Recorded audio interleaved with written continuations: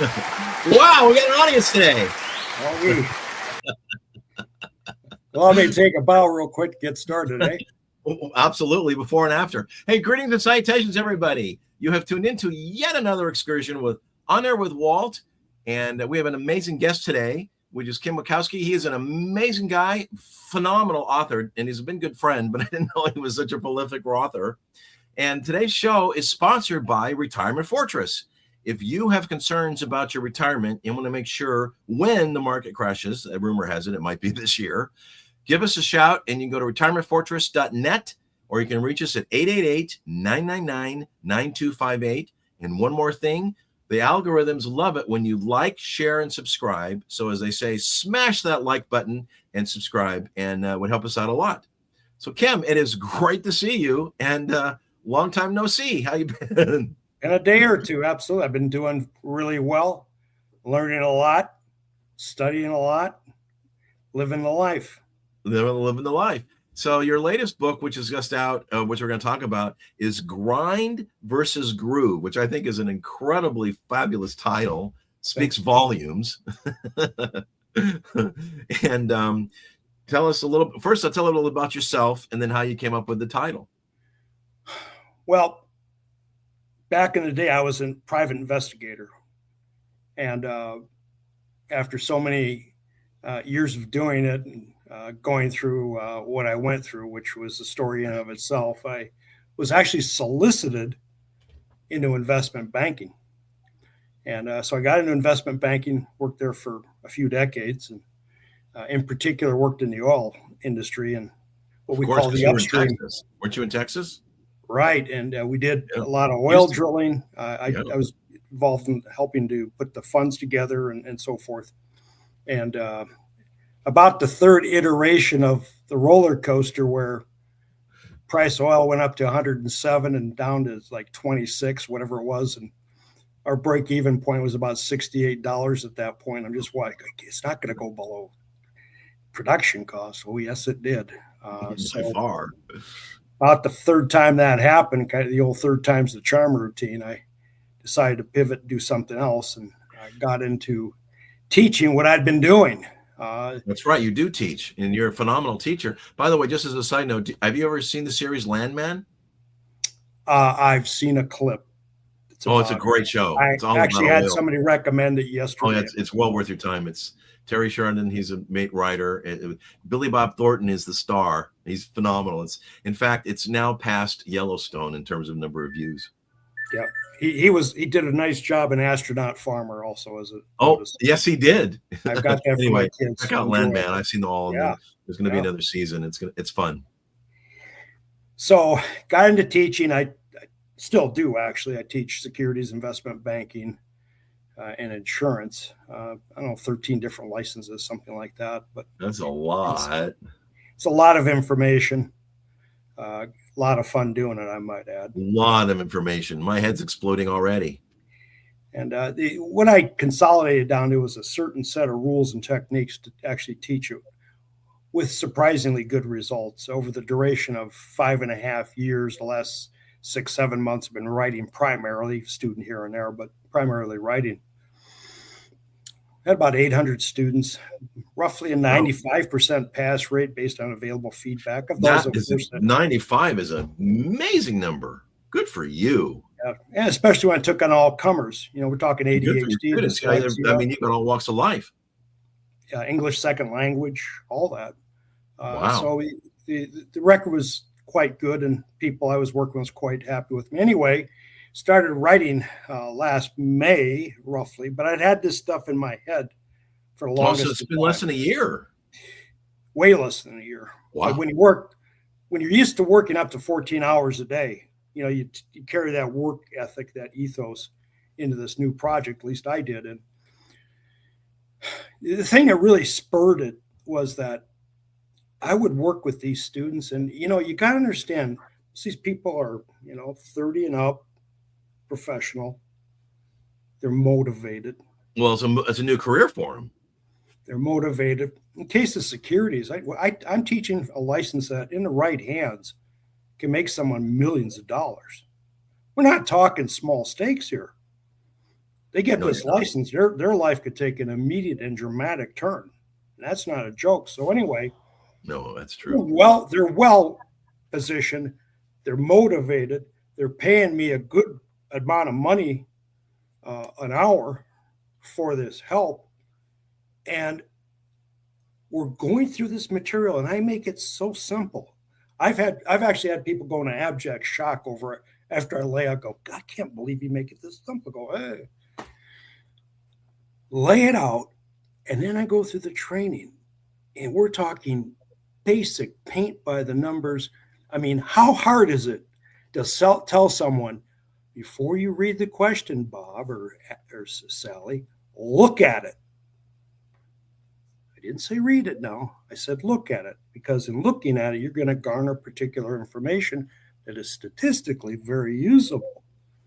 And it does something else, which I never talked about, is I put their mind into neutral, and their subconscious saying, well, I can look at a question. That's not hard.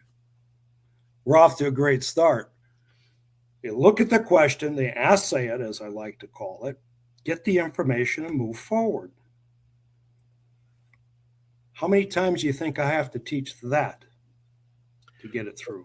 It's interesting. I studied for the real estate broker's exam in California back in the early 2000s. And somebody told me, skip taking the practice tests. Just mark the correct answers and read the question, then read the right answer. So you're learning the right answer and not even dealing with all the other stuff. So when you see the question on the test, you just might see the answer pop out at you. And they were totally right. There are statistical anomalies within questions and answers that exist that I teach my students how to take advantage of it. Yeah. And here again, we're not talking rocket science. Math. I've had people with, a lot of people are challenged in math. Okay, given, but really, are we talking 2 times 3? Is that a challenge to an adult? Hope not. I ran into this so consistently over the years, and I'm thinking, okay, either I'm being adversely selected upon, which, we understand what that is, like, you're cherry picking the worst of the worst, or something else going on here. I think it's the latter. Well, that proves out to be exactly correct. That's where it all started.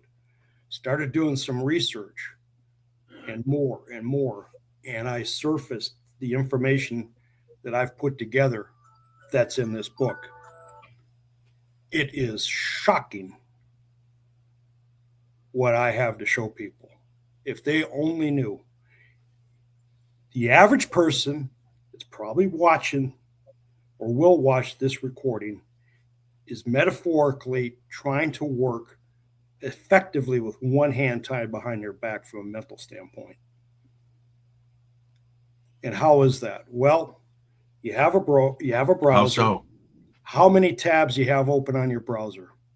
20, 50? Too many. 100? Too many? 20?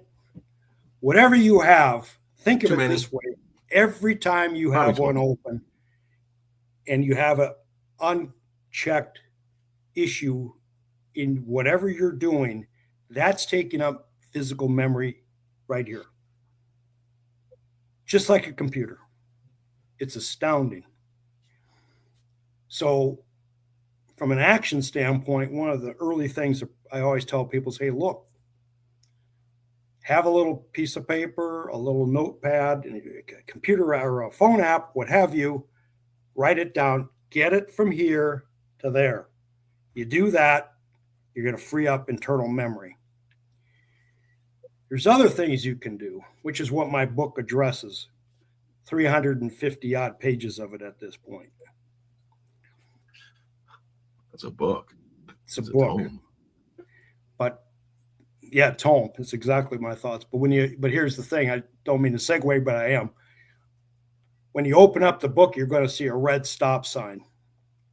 And obviously, people are going to do what? They're going to look. And it's going to say, before you do anything to speak of, go to the section that will show you how to read this book. Because in doing so, you'll be able to get through it, a few different ways actually is what I present, but one way you get through it in an afternoon, an hour.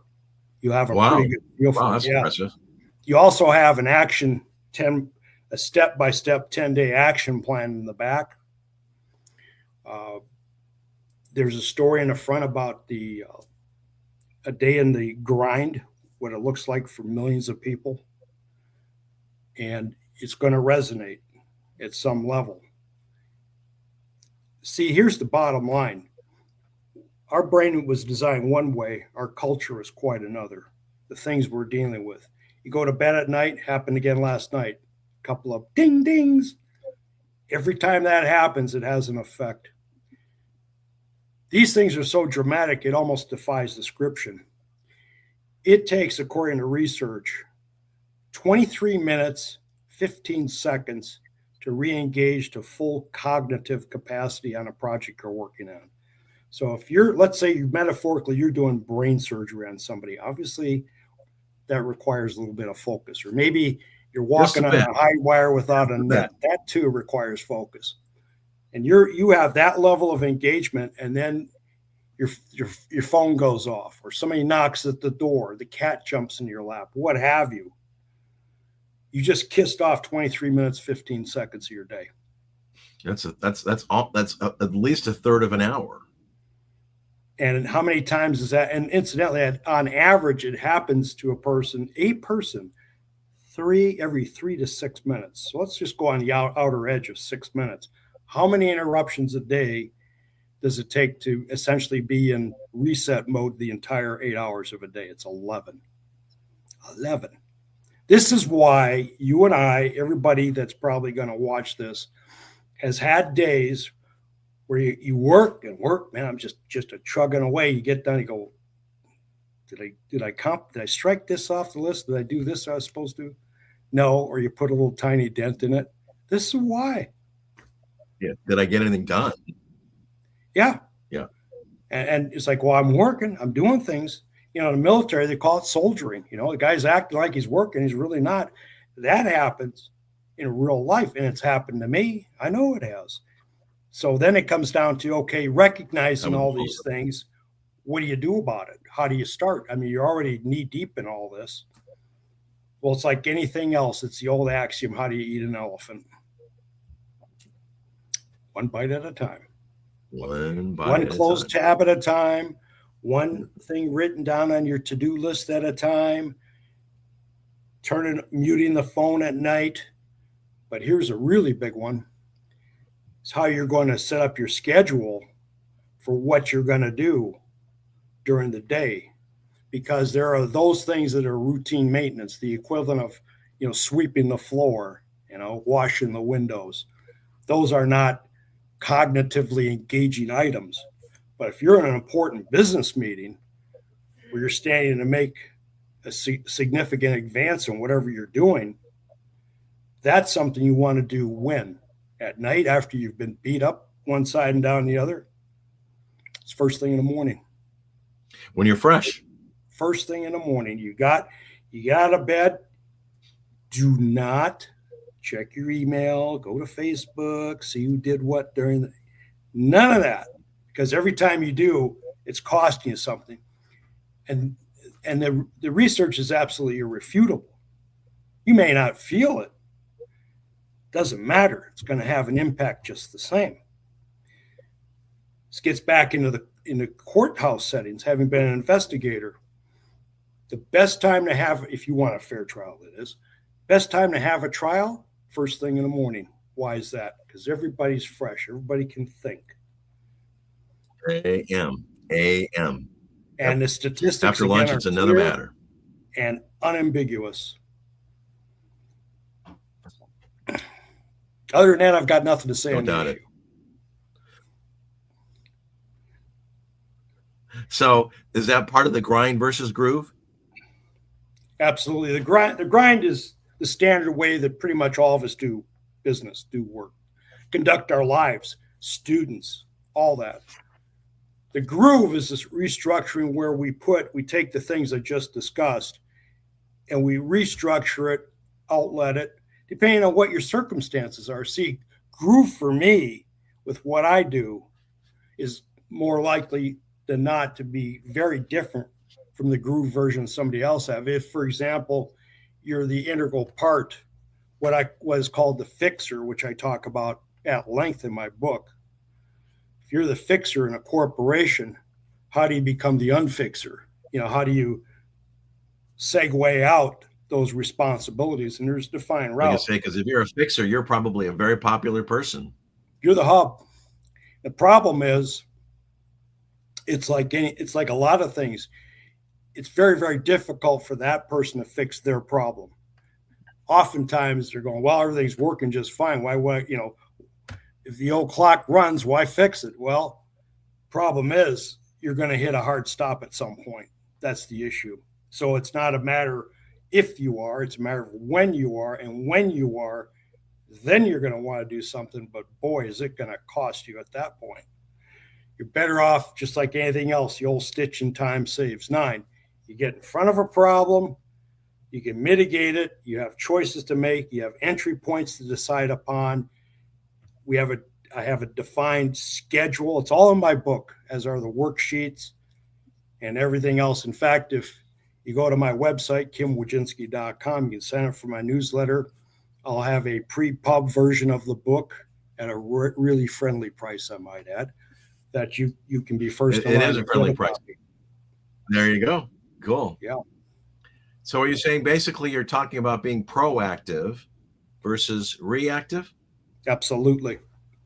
Yeah. Because I mean, everybody all of a sudden they're being reactive. They're putting out fires, and that they're not really getting anything done. They're just fixing older stuff. Right. And to your point, I'm glad you brought it up. There's a timeline of implementation here whereby we recognize we have a problem. We want to address it. We want to implement these new systems, this new structure. So, as you're phasing out one, you're implementing another. You're going to have some trade-offs here. It may slow down the system. You may get some resistance. That's why one of the reasons why I have the research I do, because corporate hierarchy isn't necessarily going to like that a lot. Hey guys, we're going to have to reduce our caseload for a while to retrofit, to do this, do that. Oh no, we can't do that. We got to grow quarter after quarter. Well, it's like anything else.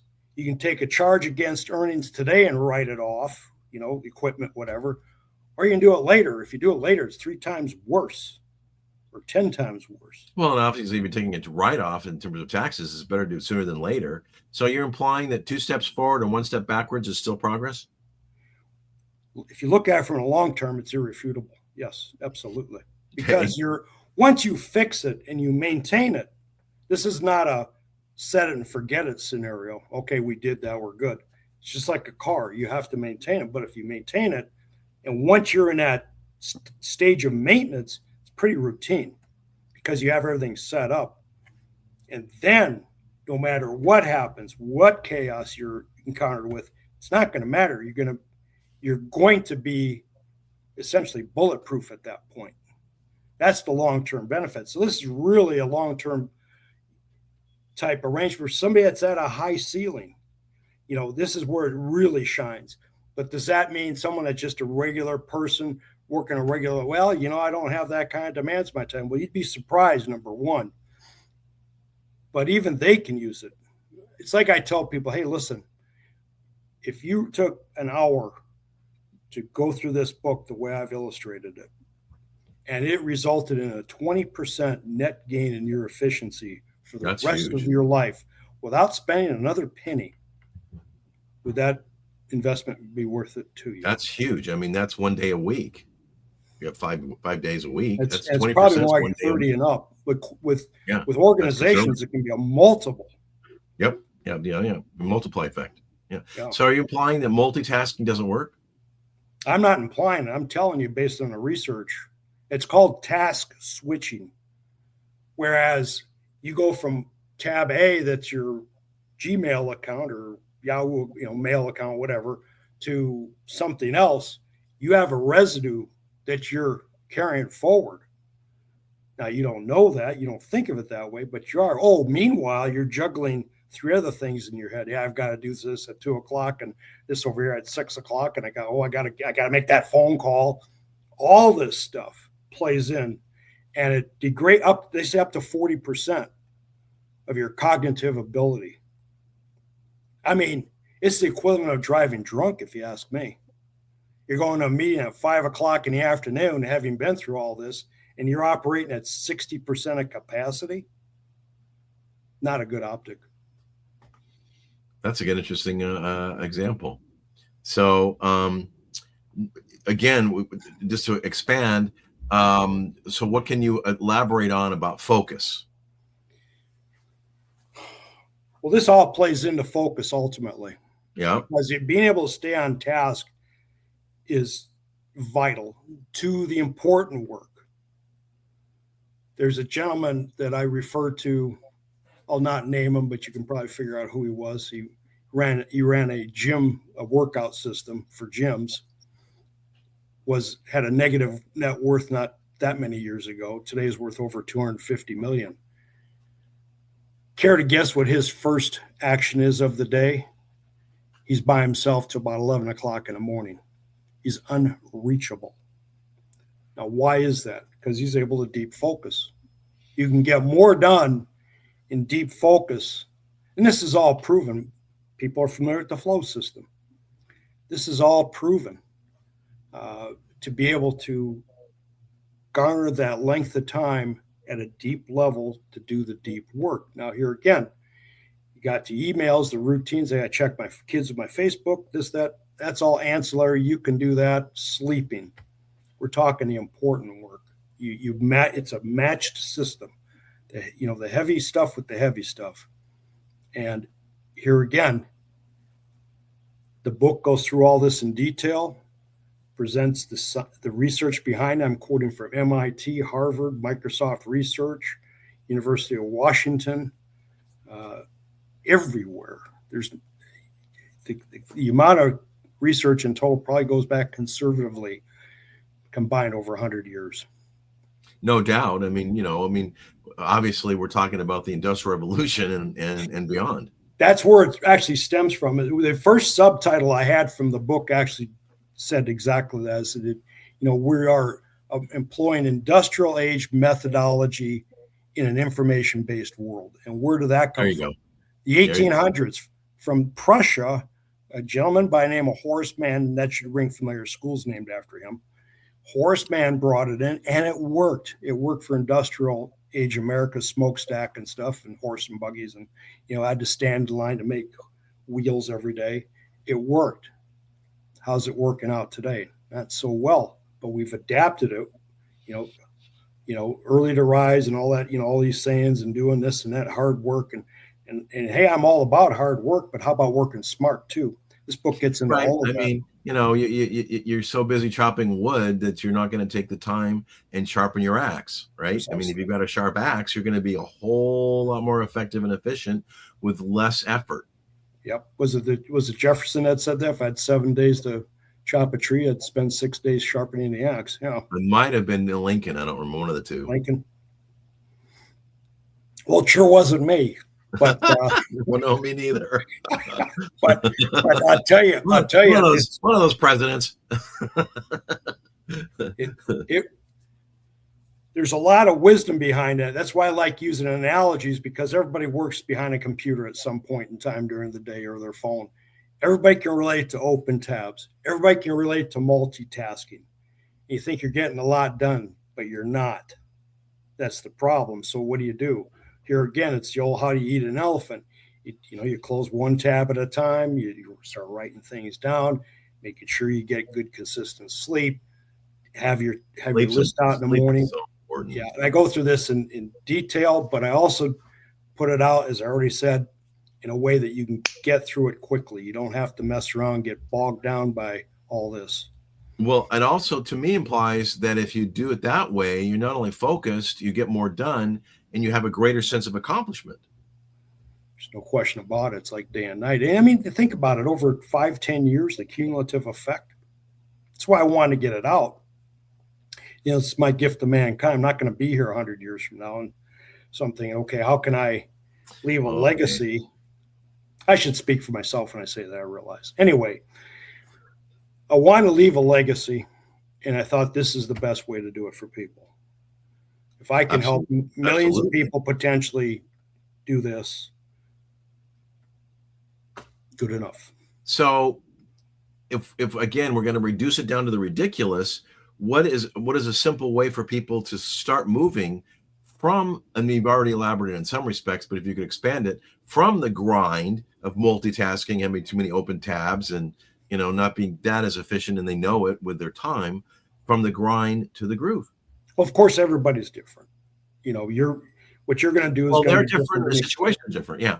Right. But just from a common sense standpoint, you go to bed tonight, turn off your phones or put them on mute. Absolutely. Okay. Mute that puppy. I don't have my phone on. I don't need the interruptions. When you get up, put a little sticky note out there. Do not check A, B, or C, be it Facebook, Instagram, your email, the news. And listen, I'm as guilty as anybody out there.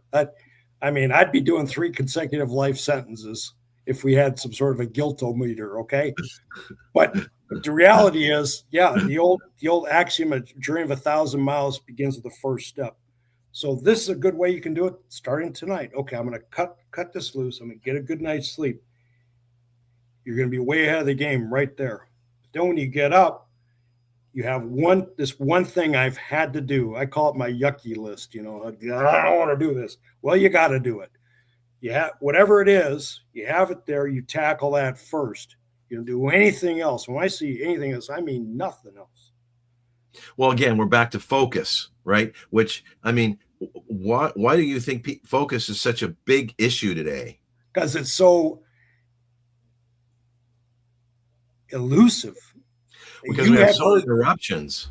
We got emails, we've got kids, we got the phone, we've got all, oh God, I got to stay up on what's going on in the news. No, you don't. So, if you watch it today or tomorrow, it's not going to change your life. They say the average person out there has got the equivalent focus ability of a goldfish. Ever heard that one? It's been out for a 3 while. seconds? It's not long, whatever it is. Is that my understanding is goldfish is about a 3-second attention span. 7, 10, 20, whatever it is, not long. Yeah, no, it's. And so if I could sit there and teach up to 14 hours a day, which I did in 2-hour segments, yes, I took breaks.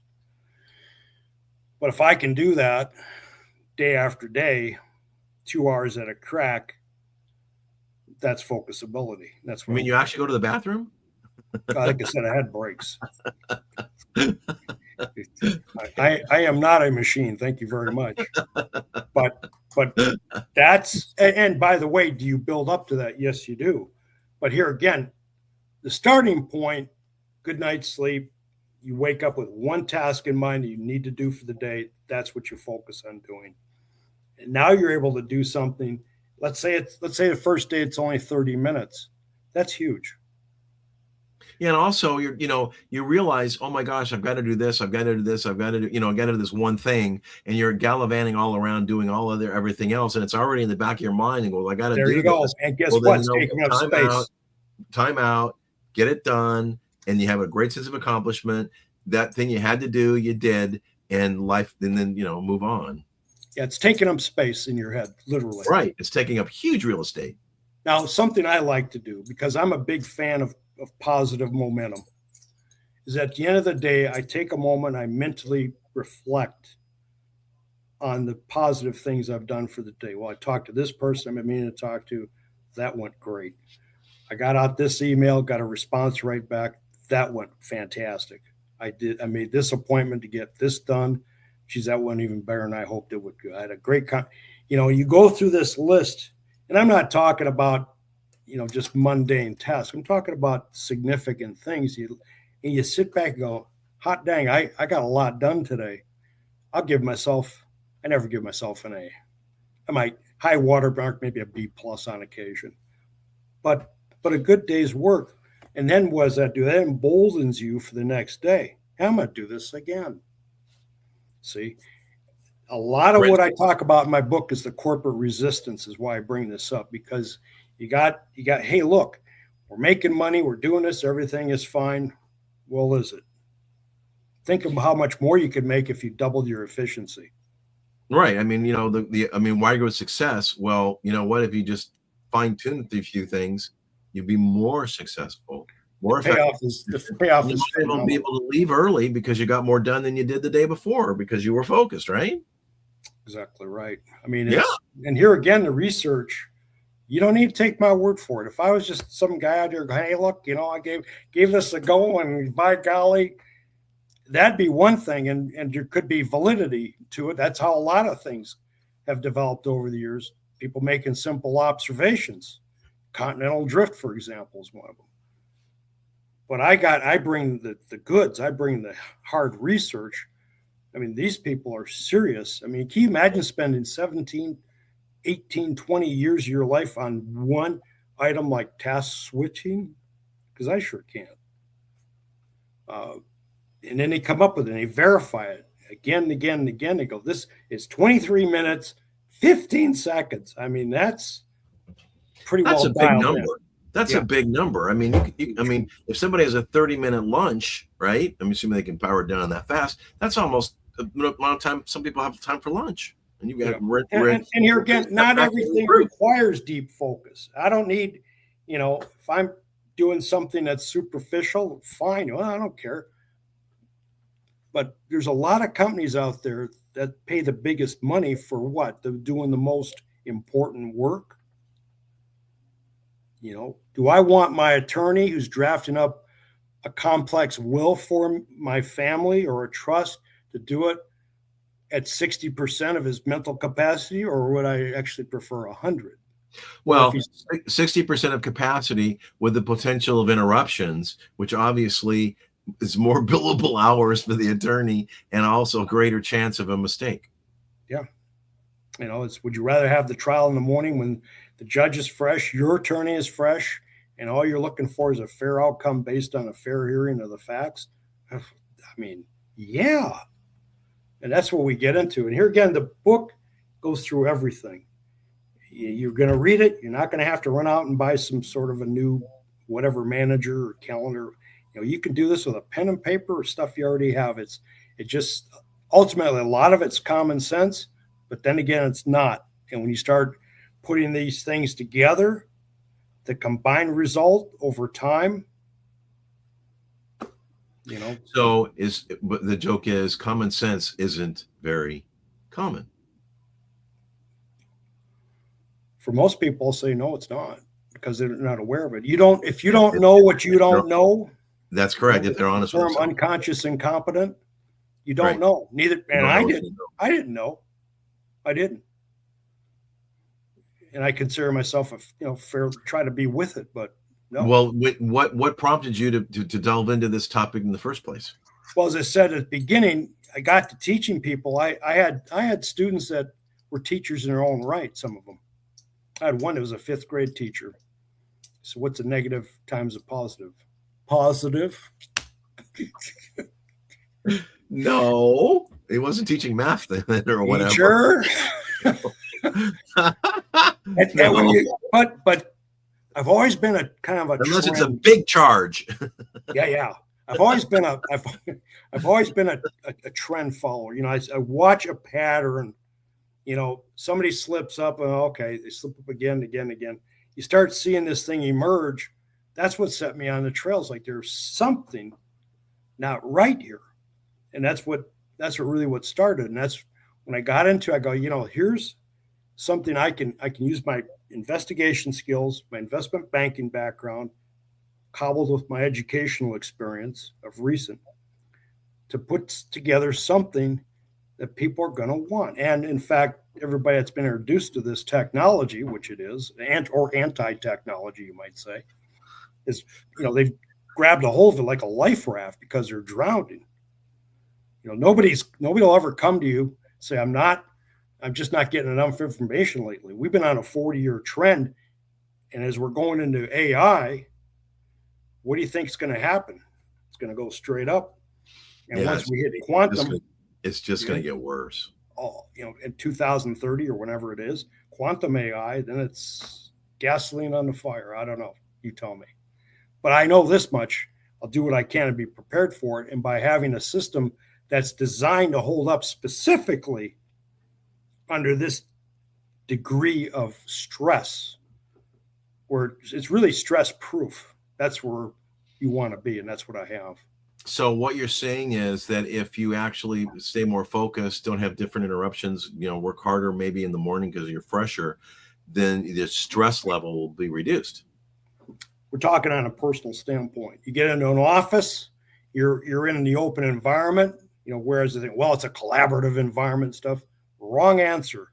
That works against everybody, actually, as it turns out. Because there's more interruptions. It's all it is, chaos. If you can isolate yourself from the chaos to actually do some work, you have this is where you'll see any number of organizations. We'll start you out in a bullpen with 50 other people, and over time we'll move you here and there. Eventually have your own semi-private, then eventually a private office. And you notice the productivity, and also you get an assistant, you get 2 assistants, 3 assistants. Yeah, the productivity really starts to geyser. And if those assistants are equally as focused as you are, then I would imagine it even make more impact. Because assistant number 1 does things you used to do, but you have to concern yourself with it. And that's a big item right there. Well, I don't have to worry about that. That's a closed file in my mind. So it's delegation, but it's not just that simple. It's not that easy. And here again, that's why I put together the book the way I put it together, so you can get through it, start using it from day one, and then implement it piece by piece. Or if you want to take the fast pass, I'm available to help on an arranged basis. But you don't need me. You can do it the other way. It just depends how fast you want to approach the problem.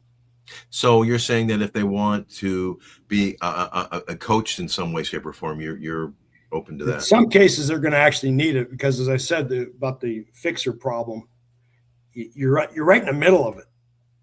You're experiencing it. There's several levels, several reasons for resistance. And here again, if it's a low ceiling type business that's not under a lot of stress, they aren't going to see it. But when things ramp up, things change over time, get new work orders in, you're not set up to handle it. Where do you think the old saying goes? The number one cause of failure in business is what? Too much business. It's number one cause of failure in a business. They just got hit with too much at once. So their own success was their demise. Yeah. I don't know if I've heard that before, but that makes sense. So in other words, all of a sudden they don't pick up more help, if you will, to maintain the momentum. It's not structured. I bring up structure and architecture a lot in the book. Okay. If you don't have the proper structure that's durable under stress, it has to be architected. It has to be built that way. It's just not going to stay together. It's just all there is to it. Interesting. I don't know if I've really thought about that one before, but that makes sense. Neither did I until I started doing the research. Yeah. Okay. It's been as much of a revelation to me as it has been anybody. Right. But again, I mean, there's a point, I guess, where you could be too successful and you're afraid to invest in your success, which becomes your demise. Is that right? I had a business one time in finance. I mean, if somebody would have knocked on my door and said, "Oh, you do this. Well, here's 2 semi loads full of business for you." And it's just me and, my assistant and the secretary.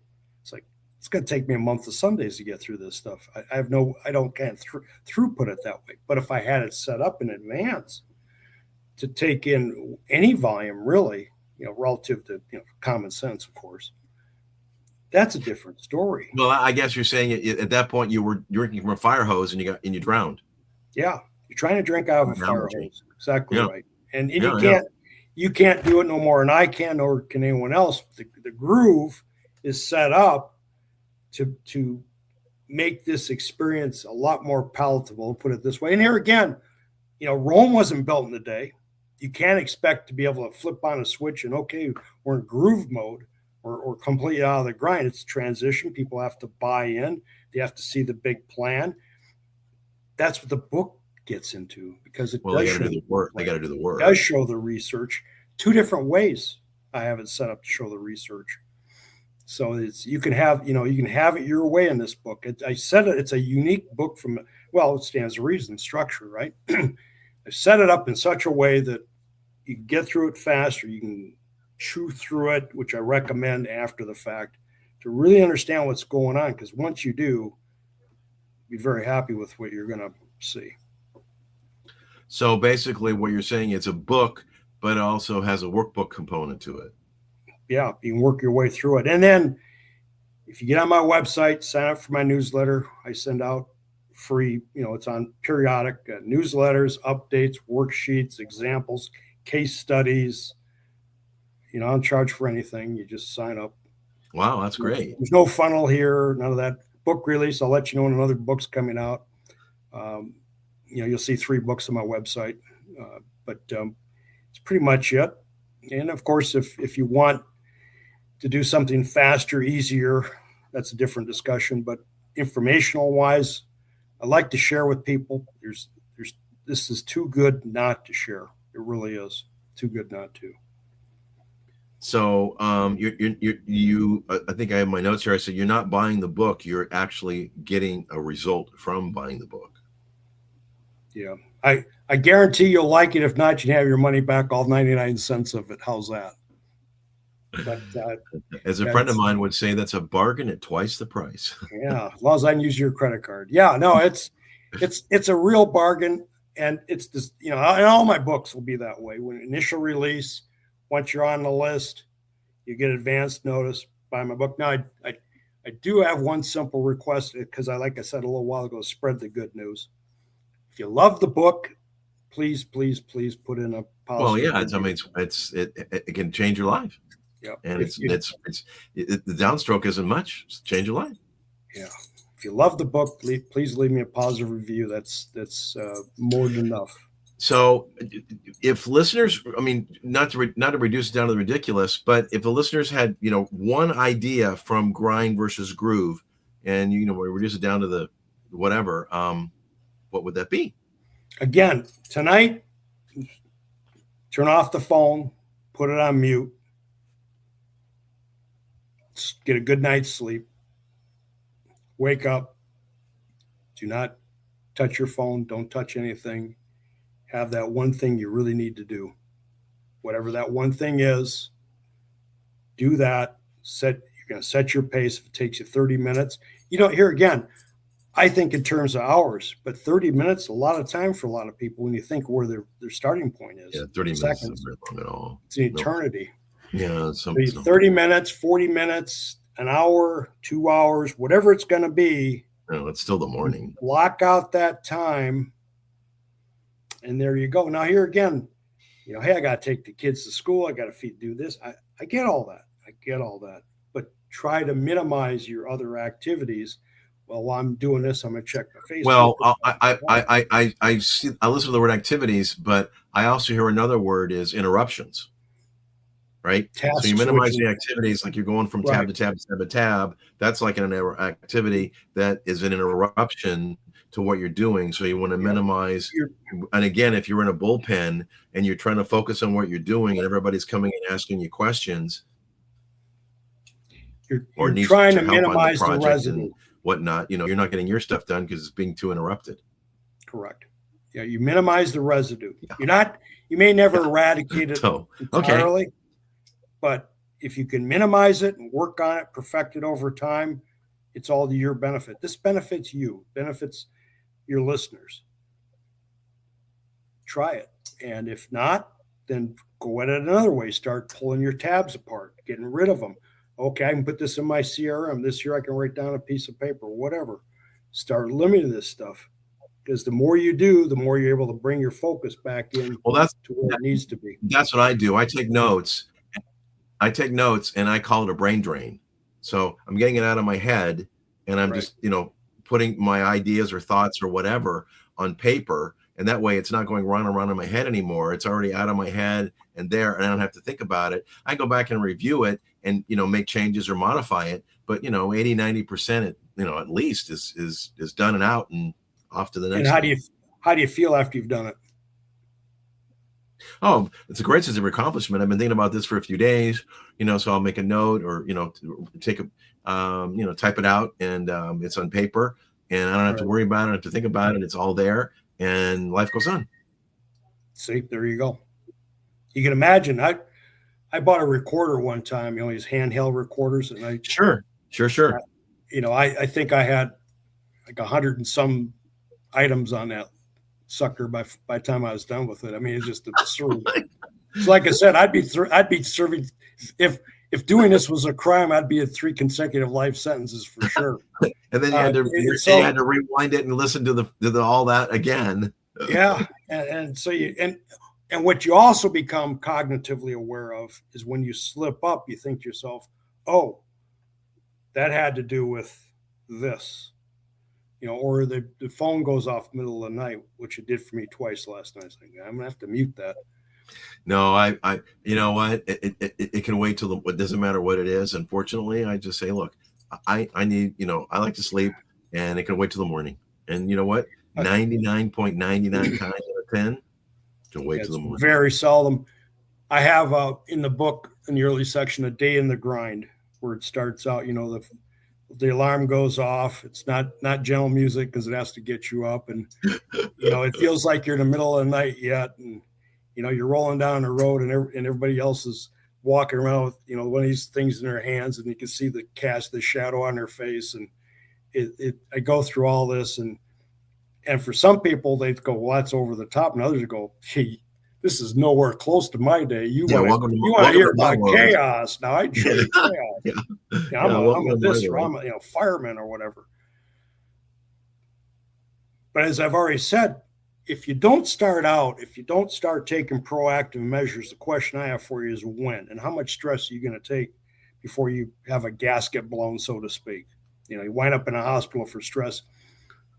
Worldwide stress factor, about 1 out of 3 people is under severe stress. Over 80% is that high. Wow. Over 80%, 31% to be exact. 31% of the population of the globe, talking over 1.5 billion people under stress. So that's been my goal. This book, by the way, will be out in hard form throughout the English-speaking world here in a couple of months. Okay. If that contract's already signed, so you can pick it up at your retailer by all means. And so it's pre-becoming attractions. Yeah. And that's awesome. So again, how do they get a hold of you and your newsletter and your book? A couple of ways. You can get on my website, kimwojcinski.com. You can book with Kim, which is also on the website if you want to schedule an appointment to talk about some help where I can directly work with you. Again, stay tuned for I'll announce webinars and so forth that are compliments to the house. I'm a big fan of food. For those that are listening, how do you spell that? Well, I'll have to get out my driver's license and make sure it's right, but it's WOJCINSKI. Again, my first name is Kim, Kim. I'm, by the way, named after a book, if you Rudyard Kipling's. You are? Yes, I am. Oh, wow. And he was a spy, so I was an investigator, worked undercover, so I guess it fits. They have autovays. So I was named after a book, did a similar occupation, kimwojcinski.com, and be happy to converse with you if you want to schedule some time to visit. I've known Kim for years. We met in a gig we were doing, and it was a lot of fun till it wasn't, and we've stayed in touch. So it's been fun. Yeah. A lot. You and I have compared notes a lot over the years. In fact, if you're looking, you see your name in the book itself. So. Oh, really? Oh, wow. Really? You didn't tell me that part. Yeah, I was surprised. We were talking when you were in Houston, and then all of a sudden, I'm not in Houston anymore. I'm in Washington. So, okay. Yeah. So. Oh, wow. Okay. Yeah. So you're in the book. Take a look at the dedication. Oh, I didn't even know that. Okay. Yeah. You sure? I'm sure. All right. So, but yeah, please sign up. If you have any questions, don't hesitate. I'd Yeah. like to be high touch. I Yeah, guess Kim is high touch, very interactive, and he's reachable and approachable until he gets too big for his britches, yeah. which Well, probably won't happen. hopefully that won't be for a Yeah. long time. Long time. But it's great visiting with you again. Well, Kim, it's great to see you and visit with you. I'm excited about this project. I know you're working on your next one. I am. See the script. It has to do with more of the. Well, I won't say the same. It's pattern recognition. I'll set the stage for other books I've written. I'll be releasing that get into it. But first things first. If you can't comprehend what you're doing, if you're leading your life more like the undead, you're a zombie.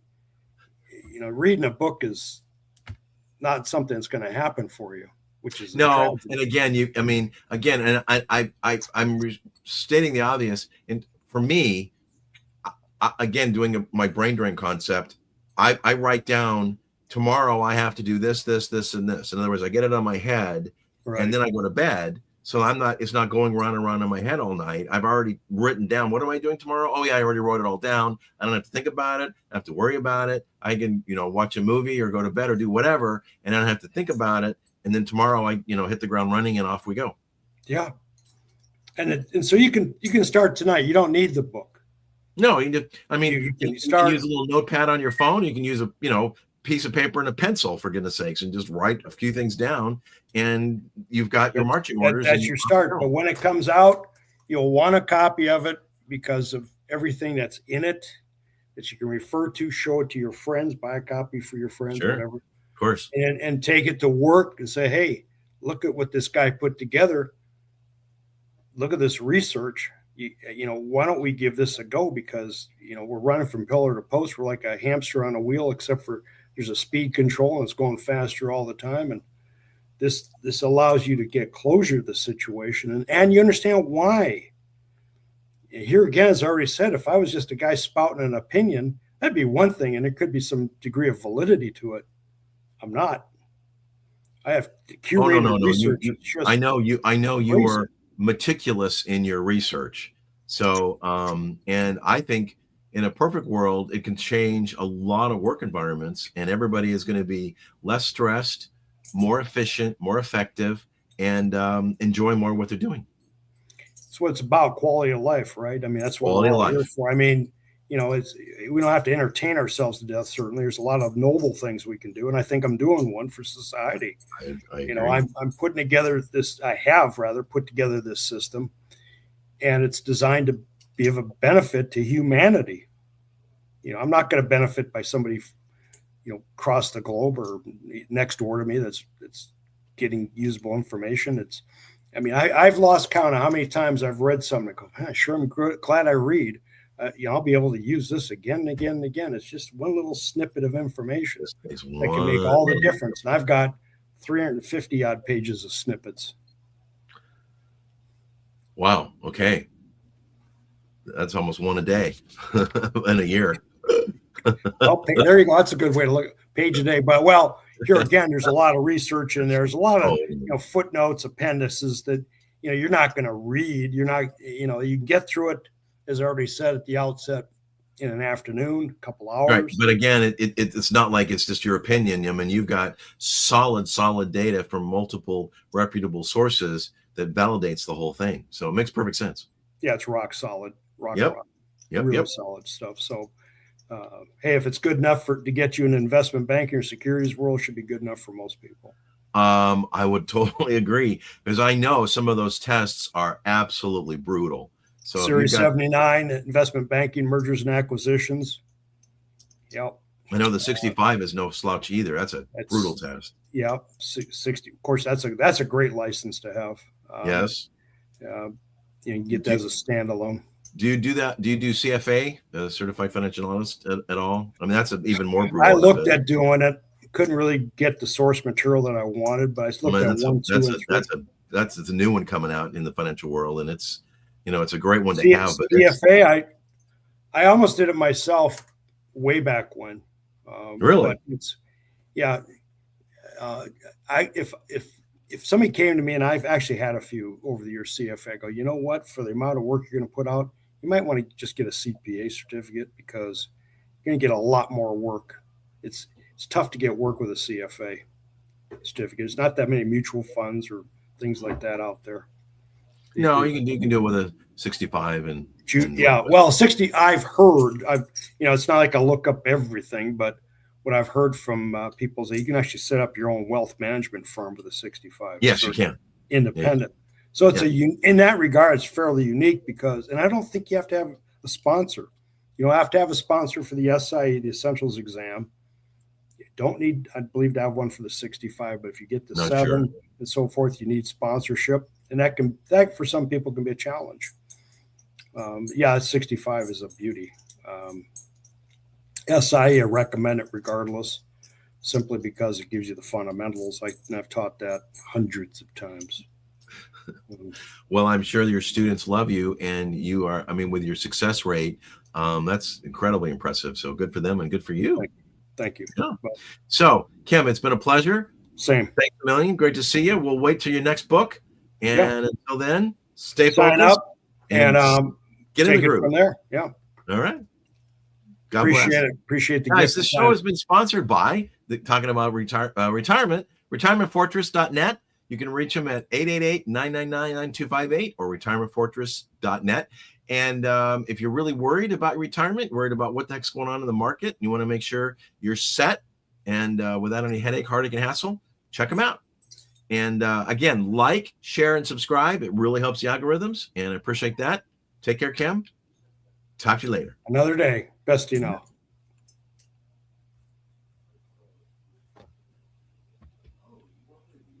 Well, and try this again. All right.